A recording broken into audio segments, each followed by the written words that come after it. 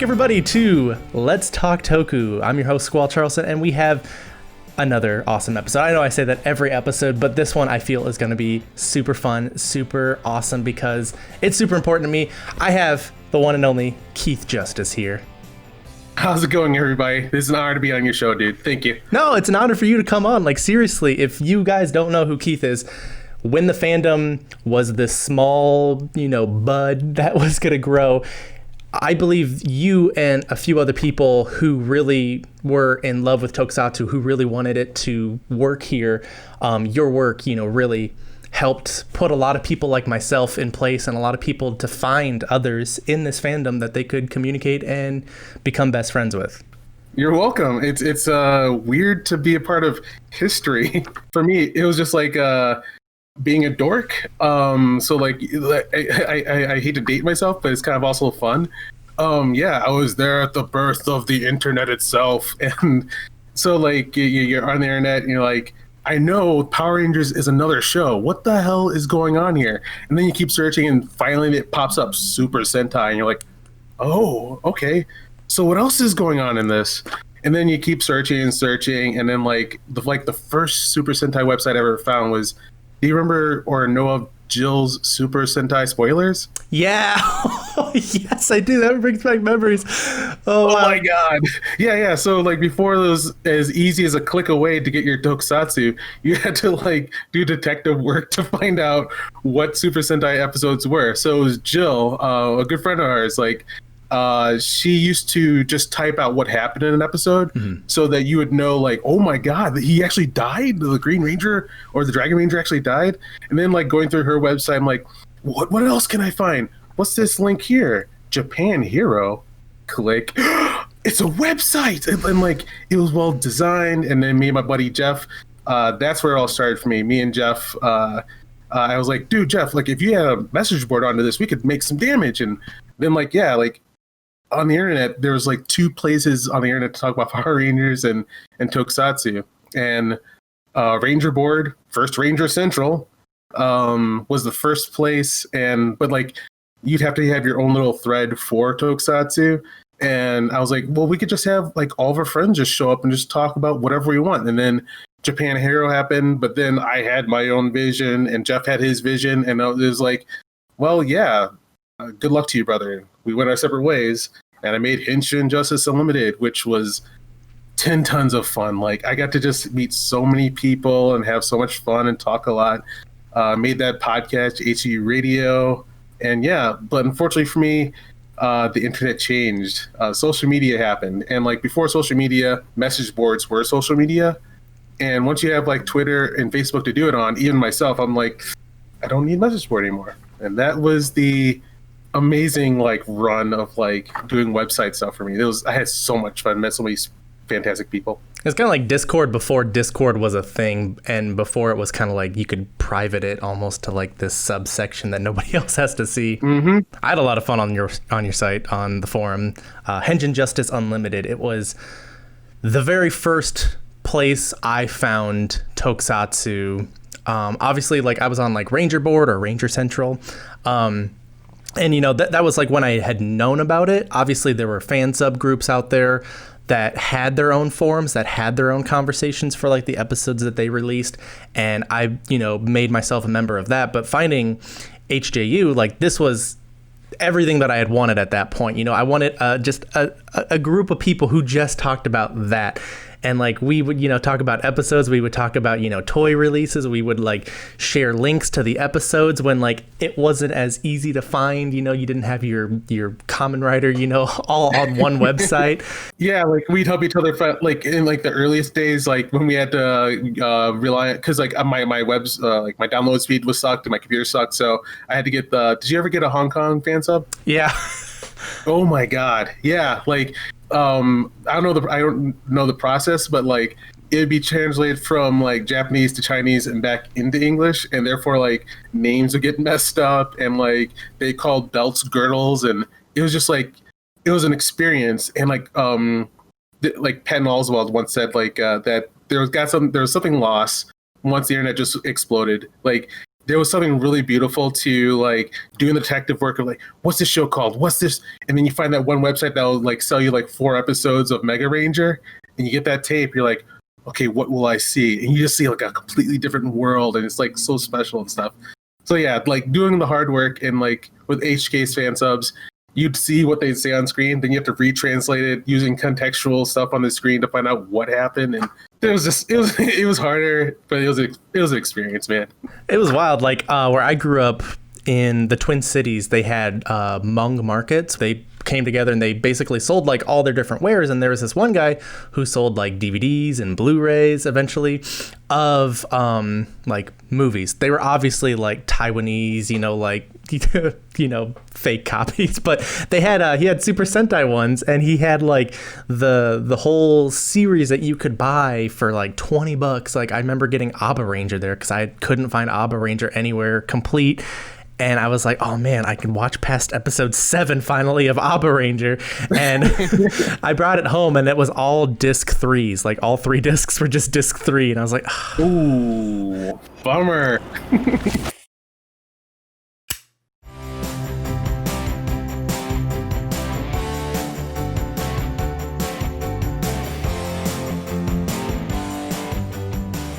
Was before the internet, before the ease of finding this stuff, like before it was widespread. Like anybody who's even remotely nerdy who likes this sort of stuff has an idea of what Ultraman, Kamen Rider, Super Sentai, or any of the other tokusatsu is. But like back in like the late 2010 or like early 2010s, late 2000, you just didn't find that as easy. And like you said, you had to do a lot of detective work to even track down what this was. Like you had to be an internet explorer. It was so much fun, like looking down your obscure links and find out is this shop still open? And you talk to these people like, yeah, I'll copy a tape for you. You're like, yeah, like going through like the woods to find out like, what's this show? Oh my god! And getting blown away by like like their aesthetics and plot lines that you just never see over here. It's just it was amazing. Kamen Rider Yuki was my first. Mine was Decade, which was really confusing when I tried to go backwards to find the other ones. I was gonna say like that Wild West was also like similar to like what comic book fans used to go through. You ever seen a movie called Buckaroo Banzai Across the 8th Dimension or 4th Dimension or something like that? Across the 8th Dimension, I believe it was, yes. The reason why that movie is so weird is because it's trying to recreate what it was like when you get like the middle copy of like a DVD in the middle of a series, or back in the comic book days when you get episode 317 and like all these weird things and people are happening and you're like, what the is this? But there was literally some fun trying to figure out, so who's this character? What's this relationship? And yeah, the Wild West of the Toku fandom. That was a blast. After you get past like the whole like Star Wars opening title of just explaining to you really briefly who all these people are and how they follow Buckaroo around, how he's a Japanese American citizen who's also a neurosurgeon. You're just like, you're not even 5 minutes into the movie. It confused me. I had a lot of fun, but like finally it was explained to me. Like it was like, yeah, you get that 3 DVDs of the same like series, and like it's all you got, and you just have fun with it, and then you kind of build out from the middle to each side of like the timeline. And that's kind of how it was like when I first started like tokusatsu. Like I found Geki Ranger on like a Daily Motion website, but it wasn't like the title wasn't in the video description. It wasn't the Japanese of the title. It was Chinese translation of the Japanese title. So whenever I tried to search for that, I didn't find anything. And so I was just like, for the longest time I had all these like bookmarked, and I would just watch like the Geki Ranger episodes as I made my way through it. And I got really scared by the time I got to the end, because I'm like, I hope I find some more. The person hasn't uploaded any more from the outside of these shows. And I was lucky, and I ended up finding out about it and being able to search for it. I still have these weird VHS tapes, and that's how I started. Where they I don't know who these people were. They weren't translating the entire series. They didn't start from episode 1 almost ever. You'd get episode like 26 and then like 34 through 38, and you're like, that's all I got. Holy, this is awesome. So it's crazy to think like where we're at now with groups like Shout Factory that just put it out there that you can literally just turn your TV on now, and you got Kamen Rider, you got Super Sentai. Yeah, I use an app called Tubi TV. I think they're like associated with Shout Factory maybe or something like that. But yeah, it's like a deep well of darkness, and like it's just an easy click. Hey, I could watch the entire series of Zyuranger. Click. Oh, all right. Fans have it so easy, nowadays with just being able to just sit back and you don't have to, go get your Unsolved Mysteries jacket on, and like waft through the seedy parts of the internet. I'm not sure. Like, it does sound like old man talk, saying things were so much better back in our day, and I can't help but kind of agree. It'll happen to you too once, children, someday in the future. But yeah, it's fun looking back and like the work it takes to like meet you and all the other people that we met through the internet, and yeah, like Facebook groups aren't the same so far for me. I remember on HJU, I was the person that, I'm sorry if you remember this at all, I was the person on that site that got the Ranger possession threads started. So like there would be all of the Sentai Rangers, and one person could reply to it and they'd be like, I want Jew Ranger Pink. That's mine. I do. I was the one that started that, and I even did like that and a Kamen Rider one. And so people had in all their like little signatures like, I own Kamen Rider Blade and Shinkenger Red. Those are mine. You confused me with that. I couldn't tell why. I was confused. I love that the enthusiasm I was seeing. I was like, wait, why are you guys doing this though? What do you mean you own it? What? I still barely get it. But people it popped. People were like, yeah, I will take this guy. And I mean, was it to just declare who your favorites are and you kind of own them or something? I think, yeah, it was kind of like, this is my favorite. In my head, I kind of saw it as everybody that's active, at least, that saw this could claim a character or a persona or their power. Think of like, this was Gokaiger before Gokaiger. Like everybody could have their legendary power. They get to choose one, and they're like, I am Shinkenger Green. That's me. And like, I saw a lot of people like change their profile pictures and like everything else on there to like represent which one they claimed. And like, they'd have like, I'm pretty sure like someone messaged me and they're like, hey, someone's trying to trade me for this and they're offering me $10. Is that okay? And I'm like, go for it, whatever. If you feel you get something from that monetary purchase, sure, I guess. But I'm just saying, like, you can't do anything like that. Like, now you have like 40 users that are Kamen Rider Geo. I'm Oma Geo on Twitter. You can't. That's mine. Yeah, Facebook and Twitter, even YouTube. Like the consolidation of the internet kind of destroyed the original fandoms versus reconfiguring them. Although, like, I don't know, like for me, it was also technology. Like, I've never been a website designer, and there are all these like ideas and stuff that I tried to implement and needed to, but I didn't have the expertise to do it. And then there's Ranger Board, though. I don't go there anymore, but I'm pretty sure they're still going strong. Yeah.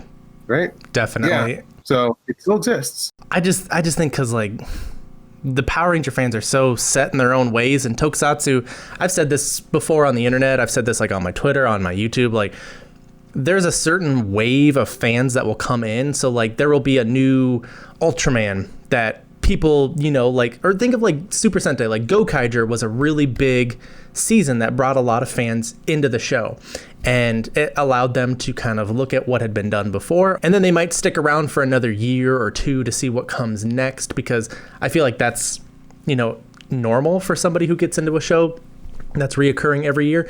But with tokusatsu, it's so, dare I say, like wishy-washy, because there's so many change of hands that one season will be completely different. Like Goseiger versus Go Buster, it's completely different.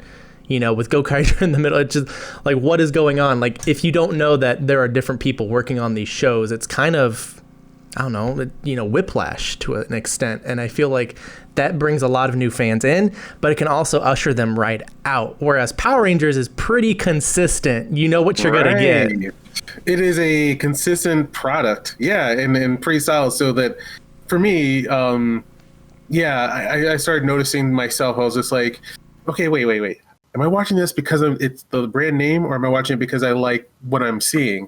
So then, like a show like I'm not throwing shade. But Kamen Rider Ghost, I'll come back to you. I will watch it again someday. But Kamen Rider Ghost, I was like, I don't think I want to watch this one.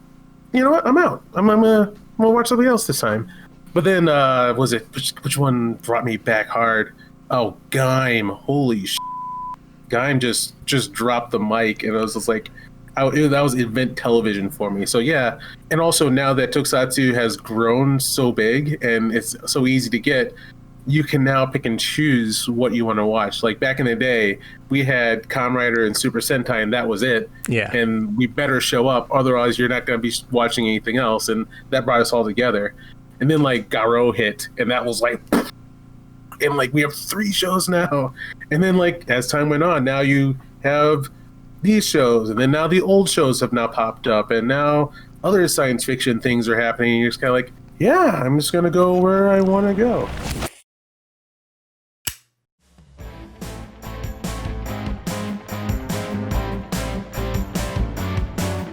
Say like I love the idea of learning patience of a TV series, which like I think like being a Toku fan or any kind of fan, like you have to take breaks. Like you get burnt out on this stuff. Like before Kamen Rider Blade, like I got burnt out on just watching these things every week, and then there was a period like for Kamen Rider Drive and Build, I got burnt out. I was like, I just don't want to watch these anymore. So I turned my attention elsewhere, and like me and my friends, like there was like an era. I'm gonna bring up Star Wars, as I always do. But like for me, the Disney trilogy was just a horrible experience. And like me and my best friend, like we've been watching science fiction. We bonded first over Star Trek together, and like we've been going through all these years of like dorking, talking about shows, and like critiquing them. And then like new Star Wars happened, and a weird thing happened where like people come down on you hard if you like insulted the show or said the movie you didn't like it, you critiqued it. So we're just like, what's going on here? I think we need to retrain ourselves. So I was like, remember Stargate? We used to make fun of that show for all these years and treat it like trash. I think we need to retrain our brains to get to know a show. And like also it has to be a show that no one cares about. So if we trash it, no one will bother us.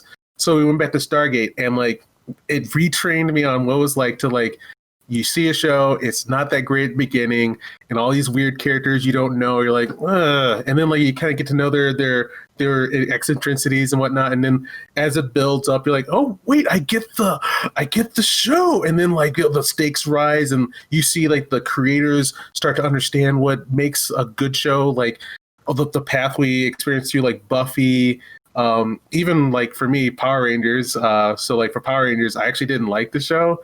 I trashed it. I made fun of it. But then I was like noticing that they're in on the joke. These guys are good martial artists. Oh, wait, I think I like this.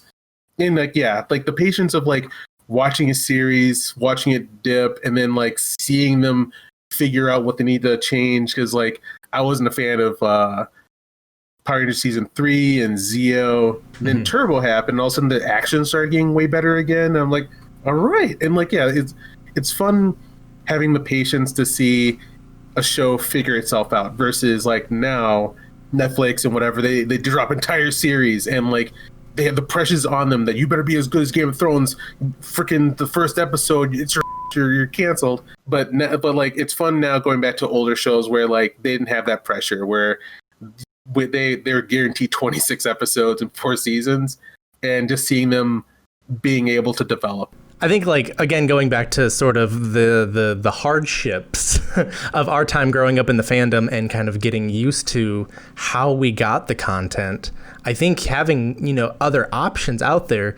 For me, I was my last final years of high school when I found out about tokusatsu, and I was like, this is my jam. I will watch other stuff. Like, I'll go, home and watch James Bond movies, But I still wanted to watch tokusatsu, and it was kind of like if I didn't get to watch this, there was nothing else. But now that you have like literally everybody is a fan subber, and anybody can put something out and at least halfway decently translate it, so you can finally watch that one season of Ultraman from the 80s that you've always heard about. You can do that now. But back then it was like, well, I either watch Sentai or Rider this week, or I go home hungry, you know what I mean? Yep, yeah, like what was a Super Sentai show that I had the patience for? Man, yeah, it's hard to remember, but like, yeah, it's a different world. Back in the day when like you didn't have other options, you better learn the format of the show and what makes it special and get as much out of it. right now though, like, because like back in the day when there wasn't any Super Sentai at all, I just getting a little hint of G-Ranger was like, oh my god, I've seen the fall of the Dragon Rangers, it's fantastic. And now, like, I'm overwhelmed. Like, I now have seasons of Super Sentai, seasons of Ultraman. I'm just like, okay, I'm gonna go watch Stargate then for a little while. Well, I mean, what you said too about like retraining our brain and kind of like as a fan in this fandom, I think you're right. Like, there are a lot more critical opinions of a show, because if you do go into a Sentai or a Rider or Ultraman, whatever, and it isn't that year what you want, or it's not the same as the last year in which you fell in love with, you can easily jump off that bandwagon. However, I don't think that there's a lot of people out there that are keeping up with those shows if they don't like them, yet they're still expressing their opinion about it, which only lies in like the first 2 episodes that they've watched, even though it's in like episode 40 now. It's getting into a final arc. Like, we had this with Ryusoulger. Like, a bunch of people got into Ryusoulger because it's like, wow, this is shot really differently. This is really cool what they're kind of, doing and figuring out here. And it's just different Sentai. Okay, now we're around episode 10. It's doing the same Sentai stuff as we knew it would. But then it kind of, shakes itself out. It introduces, the 6th Ranger. It introduces, this evil Ranger. And it kind of starts doing its own thing again by like episode 30. But if you've stopped watching it at episode 5, you have no idea how cool it is, and everybody that's online saying, wow, this is amazing, I've never seen anything like this. You have those people that have only seen the first 5 episodes saying, no, it's bad, it's the same thing. And it's like, no, it's watch it before you say anything. Definitely, like, back then when you had this show that you really liked, you really enjoyed, like, let's say you watched, for me, Geki Ranger. I loved Geki Ranger, and I went backwards and I watched Bokenger, and the first time I watched Bokenger, I was like, whatever. But now I've rewatched it, and I'm like, this is actually a really good show. Like, there's a lot of cool stuff they do in this. But moving forward with it, Go-Onger was kind of a unique struggle that I feel like Go-Onger could have easily taken me out of this fandom. It took me out. Of a Super Sentai. Like, that was the first time I was like, oh, wait. Not all the shows are awesome to me, but I know people who swear by it, but it knocked me out. I was diehard for each Super Sentai series. I'm like, yeah, go on. Well, when Go-Onger was on, I got to watch it pretty much week to week, and so I got to grow with it. And I feel like there's a lot to say to shows that you watch week to week that you could, potentially with Go-Onger, like, it allowed me to go backwards, but it also taught me patience, which I think is really important with tokusatsu. And Go-Onger really did right a lot of its wrongs by the end of it. Like, it got really kind of interesting and cool. Like, we're like in the last final episodes, spoiler alert, they're like killing the main characters, and you're just like, oh my gosh. They went from 3 Rangers, then they expanded to 5, then they expanded to 7, and it goes back down to the 3. The original 3 have to save everybody and everything at the end, and you're just like, this is really good. I'm really glad I did not give this up. And it just taught me to kind of like stick with it a little bit more. Did they keep sorry, spoiler, but did they keep those people dead? No, they came back. Okay. And the 3 have to go and stop them on their own. And it literally comes down to like him beating all 3 of them, and they're getting up, and then that's when the others show up again, and they're I forget what, like, Hiroto, the Gold Ranger, says. He's like, it was so loud we couldn't, stay dead at peace, like, we have to come back, at least help you. Yeah. And they do a helmetless roll call, and I'm like, let's go. The dual-edged sword of, like, finally getting your wish, because, like, all the way, like, Henshin Justice, Japan Hero, tokusatsu Network, all of us, we've been working so hard so that, like, we bring more people to us, and then, like, the world will have to respond and finally just give us all the tokusatsu. And then once you get it, though, now you have all these options. You're like, and for me, I like the retraining of, like, my geekness was with thinking, okay, like, there's a frustration and anxiety to trying to keep up with every episode with everyone.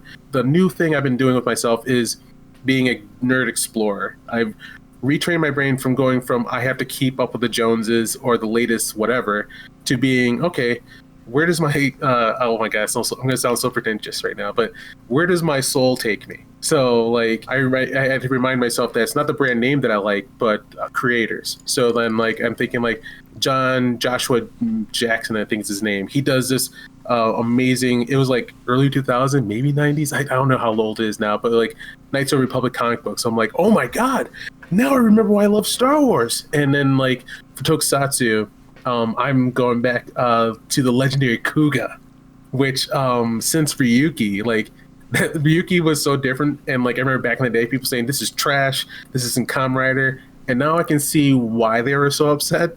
Because Kuga, like, that guy's a hero. Like, it's one hero, he's doing right. And then this guy, Ichijo, he shows up, and, like, I'm used to Kamen Rider starting with Ryuki, where you have two guys, and they kind of hate each other for no reason. Or no, one guy hates the nice guy, and they butt heads a lot. And then, like, Kuga shows up, and, like, the other guy is a cop, and I'm waiting for him to say, Kuga, stop saving lives, you gotta do things by the book. And then he's like, no, thank you for saving lives.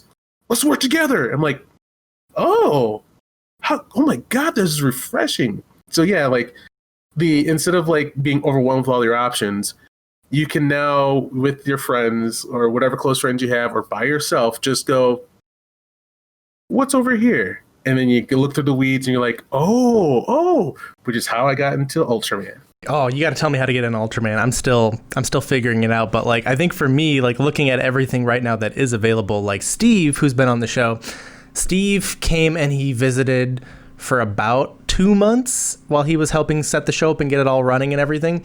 And Steve is very much a Kamen Rider guy. I'm very much a Super Sentai guy. And I was like, I got to show you some Super Sentai. And he would just sit back like, I don't want to. But I've been saying this for years. Like mid 90s Sentai is fire. It is so good. And like now everybody has access to this and like everybody's watching Kaku Ranger because, you know, it's been on TV. It's been, you know, cycling through and people are like, well, this is actually this is sign me up, you know, like, and everybody's just freaking out about like Kaku Ranger, Gingamon, Time Ranger. Jetman. Yeah, Jetman. Oh, like not 90s, but it's just so cool to see like everybody finally understanding where like that love that I have for Sentai when I got to a Go-Sager season and I was like, all right, let me go backwards and find something else I can watch until that year's over, you know? And I feel like the same kind of goes for Ultraman. Like Ultraman's a little bit harder for somebody who's new who hasn't maybe seen it. Like I'm making my way through the first season again. I've seen it once when I was little and I'm watching it again now. But like I try to watch X, I try to watch Orb and Jeed, and it's just like I don't know. I think like it's gear shifting. Like when it comes to tokusatsu, when you get into it, you get into maybe like a certain formula that you know that you like. When it comes like Super Sentai, it's this team, they work together, and there's one force that comes, and like that's the formula that you get used to and you fall in love with. With Kamen Rider, it's one guy, he possesses some kind of demonic power from the bad guys, and they butt heads. And you get used to like both those formulas are kind of similar. So when it comes to Ultraman, it's really weird, and like you gotta understand like what it's going for and where it came from. So like my geekness, I'm 43, so I've seen a lot, and then like I know 60-year-olds will go like, you're not old, shut the fuck. But I think I've seen a lot of time, and like it started for me like with a show called Twilight Zone. You ever watch that show? Oh yeah, of course. Yeah, 50s, even the 80s one. Oh yeah. The fan. Not the new one though. Not the CBS All Access one. No, not that one. I almost saw a full episode of that, and I was like, I'm out. But like Twilight Zone was awesome, and that's like the format that created like Ultraman, and also gave it kind of gave birth to Star Trek too. So like each episode you turn it on, you don't know what the hell is about to happen. Someone walks into a room and they're like, who are you? And this person's like, I'm this person here. And then like the camera pans back and you find out they're all dolls. Holy shit. And then Star Trek took that formula and said, what if you have a team versus these weird situations? And then Ultraman, and I'm sorry, Ultraman fans, I'm still pretty new, so if I get things wrong, please beat me up. It's totally cool. But Ultraman took the Twilight Zone formula at first with a show called Ultra Q, where they had a team of team of people searching out the weirdness and then versus it, and then they supered it up. So instead of feeling like you're watching a team versus one other team. Ultraman is Star Trek Twilight Zone, where the threat is a giant monster each time, and like they have this team and a weird world around them, and like disconnected things that'll come and attack you, and you have to like be ready and then like figure out what the is going on with this monster, and then save the day that way. So the not having like one unified bad guy usually throws people off and threw me off. It not having the good team or good guy versus one thing, it was just like, what are you guys going for? So the explorer aspect of like being a geek, which is what I used to get into Ultraman. I was like, okay, what? Okay, how about I know what I like. Let's see, Ultra 7X. You look a lot like the Matrix, and I do like the Matrix. Let's see your ripoff of the Matrix using Ultraman stuff and going through that vector of like knowing what I like and knowing that they're trying to use it and remix it. I was like, okay, I get this. And like the martial arts were awesome, and they're doing like, you know, butt rock of their opening, and like then like I started noticing like you start needing all these influences of like what you like. Matrix, it's X-Files versus giant monsters and laser guns. I'm like, okay, now I'm having a good time. And so this is what you guys are doing. You guys are doing 1950s sci-fi schlock. All right. And then I agree with that show. I like that show. I like the original Ultramans, and like I'm super excited, you know, collecting them on Steelbook and just having the ability to watch them forward. Like I'm enjoying classic Ultraman, but like I feel like a lot of people are upset with me and everything because I don't watch I don't watch the new Ultraman. Yeah, people roasted you for that because you made fun of Ultraman, and I get why. Like it took me so long to get into it, but like the cool thing about reusing monsters in Ultraman is like that's their Star Trek.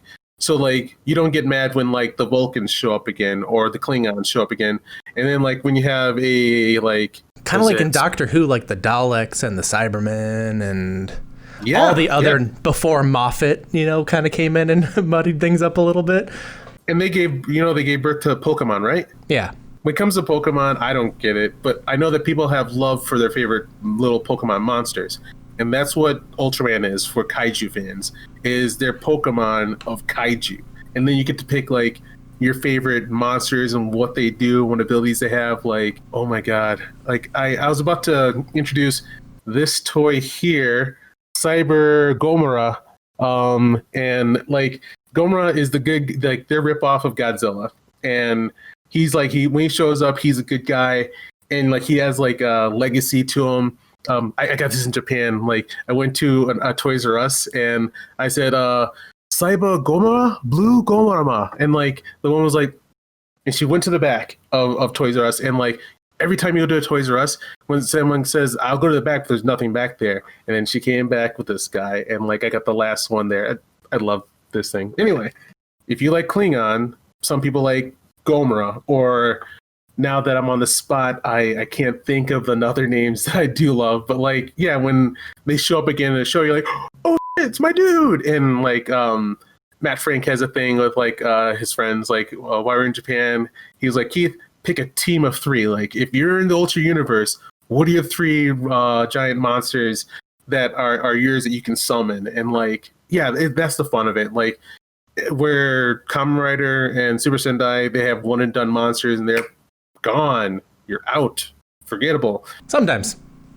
Oh, I mean, their monsters that are memorable are the main guys, not the ones that just show up. Yeah, and then they sometimes like bring them back in like movies, but I understand like at a base level what you mean. Like they're here, Monster of the Week. It's literally of the week, and then we're going to decommission that suit and take the boombox chest plate off and put them onto a different monster's butt the next week. But like with Ultraman, you do get new monsters, but then there's some that are the heavy hitters, and when it shows up, you're like, oh, shit, things just got real.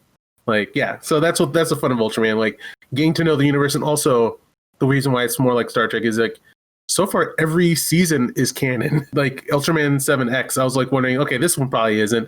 And you find out that the reason why the world you're looking at in Ultra 7X is so weird is because there's some kind of pocket dimension. Mm-hmm. And then like Ultraman flies away and he goes back to his normal universe. Like, I love that. The world building and the connection is so much fun.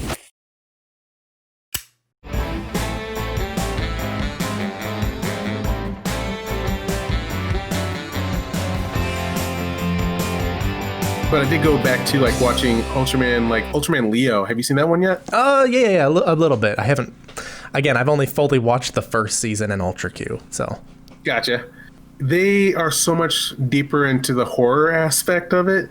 Like Ultraman Leo, I not to dog on the show, but at first me and my friend sat down to watch. He's like, "Oh, look at this old show." And we'll have some chuckles at how goofy it probably is. And then like the murders start happening. You're like, "That they killed that person's grandmother.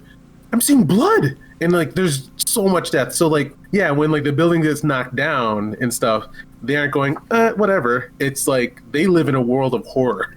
That's cool. That sounds like one I need to watch. Damn, yeah, Leo.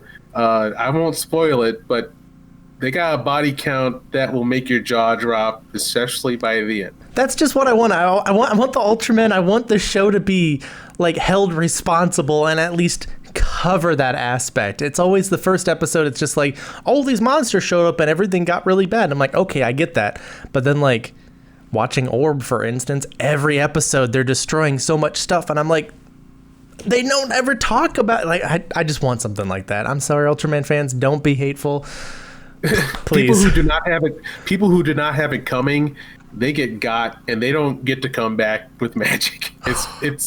It's fantastic. I love Ultraman. It's going back to kind of the whole topic of building the fandom, kind of getting it going with like Henshin Justice Unlimited, like that forum. I was trying to log into it the other day, and I don't know if I remember my login or whatever's going on, but I was trying to get in there just to kind of like look at all the stuff that I posted and bring up any fun memories that I had or that maybe you have that you'd like to share. But I will share one. I got one right there. Oh yeah, the hat? Is that the hat? This is the $5,000 hat. Tell us about it. Like once my time, you couldn't go to Big Bad Toy Store or CS Toys, all these other toy stores that like at a click you can get your tokusatsu, whatever you want. You had to go through like middlemen, and I forget her name, Ryder something. She would be able to go to what Japanese websites, get the thing for you. You just pay her and like a fee. And that hat up there was 5,000 yen. So like I was so just explosively hype about Kamen Rider W. I'm like, oh my god, I can't believe this is gonna be mine. Click. Oh shit. I didn't change it from from dollars to yen. So I typed in $5,000 and clicked send, and like PayPal says that's your buddy. Like I hit their customer service. I screamed at everybody. Went to my bank. I was like, cancel transaction, cancel. They're like, it's about to happen to you, dude. And like everything of my bank account imploded. And thankfully she was like, I know you didn't mean to give me this. Here's it back. But like for like 3 weeks, I was just like ramen and ketchup and like water. It was horrifying. But yeah, watch out for that PayPal thing. Change the currency before you get too excited. You get the package and you open it up and it's not just one, but it's 50 hats. So many. Oh my god, you could do like a flash mob of wind scale fedora people. We had Koichi on the episode a few back, and off camera we talked a little bit about like his time like getting into Kamen Rider, because Double was his first that he did.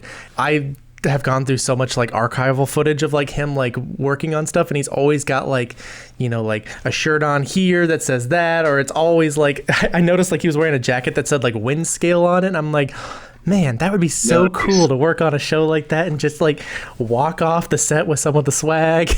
I did that once. I got through MySpace. So if you remember Kamen Rider Dragon Knight, God bless that show. It was awesome, and I was keeping track of it, and then like I reached out through MySpace to Steve Wang, who was the producer on it, and like he is nice and we were cool, and he's like, yeah, Keith, show up for the last day of shooting. I'm like, oh my god. I flew out to LA, and I was there at the final shot of like just like the stuntman, not actually Matt Mullins, getting onto the bike and riding away, and then like watching everybody hug each other and stuff. I'm like, oh my god. And then like I was like, hey, that shirt, do you have extra of those? And like I have a Kamen Rider Dragon Knight shirt, and like it says like the stunt team on the back. So yes, I grabbed one, and That was such an experience. God bless it. And for all of you haters, though, like, do you remember when Kamen Rider Dragon Knight was out and like every post? I'm sorry, there would just be haters saying it's not that good. Like in the forums? Yes. I don't know. I don't know if I was just looking at that because I remember finding Dragon Knight. It was this. I had a sleepover with one of my friends, and we were just like on our laptops, just looking up tokusatsu because I got him into it, and we were watching tokusatsu. And he found Dragon Knight, and I was like, "Oh, cool!" I found Kamen Rider the first, and we ended up watching that instead because it's like, "What the hell is this?" So I kind of side skirted a lot of Dragon Knight when it was on, and I regret that now as a mature man. That I wish I could go back and be a part of when it was on more because when it was on, like there was like some weird tribalism going on where like either you're a Power Ranger fan or you're like a real Japanese Kamen Rider fan, and like every episode of Kamen Rider Dragon Knight, I'm like their flashback episodes were not the best, but like they're trying so hard to make something different and more mature and not goofy, and like it was refreshing and fantastic. But then, like, I think because they knew, like, the producers were probably watching the forums because they were, and, like, that happens a lot. I feel like they just wanted to be big dogs. They're like, I don't think that was that good. No, that's derivative. And now, like, everyone, like, when it hits online now, people are like, this show's so good. So I'm just glad that the time has passed and people are falling in love with it again.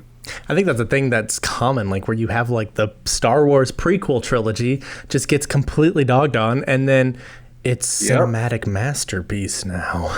I won't go far, but I was there for the prequel hate, and then like the sequels happen. You'll make you appreciate how like the prequels didn't deserve as much hate as they got. They had their own flaws, but they have so much charm that's just like overflowing on the internet lately. I wish we could go back to something like the forum, something like just it's so easy to find what people are posting about too. Like it's like everything's just in its own little place on Twitter. It's all over now, and you have to like some people tag stuff, some people don't, some people it's possible.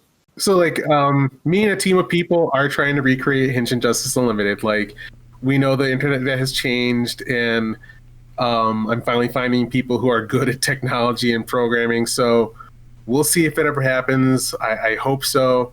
And like the world of technology, it changes. So like there may come a time when like all of humanity is like, you know what, Jesus Christ, this social media is some bullshit.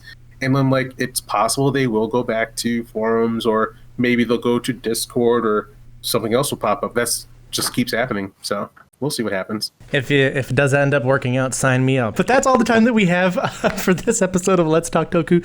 Keith, thank you so much for coming on for the hour and talking to us about the fandom and kind of where it was, where it's been, and where it's going to hopefully go in the future. We'll see how it happens. It's been an honor, guys. Thanks for having me. It's been a lot of fun. Of course. It's been so fun. And I hope you guys enjoyed this episode, because we will see you again on another Henshin. Whoa, that scared me. We'll see you on another episode, guys. Bye. Oh man. That was awesome.